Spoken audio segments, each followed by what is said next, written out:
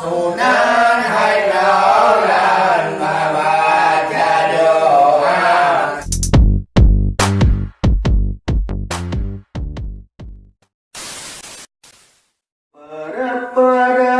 Pertama pun kasih beraman, kasih berahim.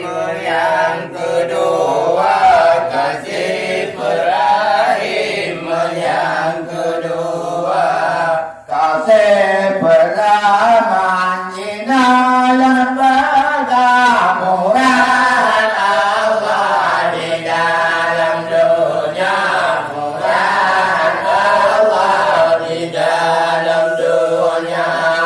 Demi rezeki kasih berangsur, moga yang punya, moga yang ada, moga yang punya, moga yang ada. Yang wajib dalam sembahyang, Sunan Haidaulan membaca doa. Sunan Haidaulan membaca doa. Yang makruh Bapak bawang, harum Haidaulan baku putih. Islam mengerti kami Kamandung Sari Kasamarata, Kamandung Sari Kasamarata. Istibrahim Dimaki Muyang Negasi Meririk Rumah, Muyang Negasi Meririk Rumah.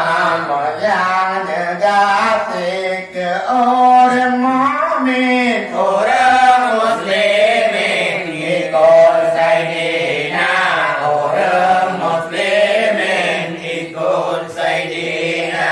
Yang puput suruh pergi utara, yang larang Allah minta gereja, yang larang Allah minta gereja. Maka terhabis hai gore badan, yang kadung dalam dua lebanja, yang kadung dalam dua lebanja. Yang binasa hati baurung agama, nah padu perkara. Duduk dulu. Pertama pun kasih ke Tuhan, kata puputan perlindungan. Moyang-moyang boleh kata-kata puputan, pagi-pagi datun bandaran kasih raya, pagi datun bandaran kasih raya.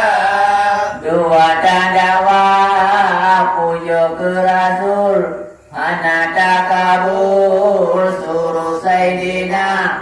Moyan-moyan Rasul, hana-hana tunai, dengan sebabnya hati-hati binasa, dengan sebabnya hati binasa. Geletak baca ayat Quran, asal di dalam dada puhana. Keput-keput tak puja, kulit meneman Tuhan. Kata-kata syukur dan kulit meneman Tuhan. Kata syukur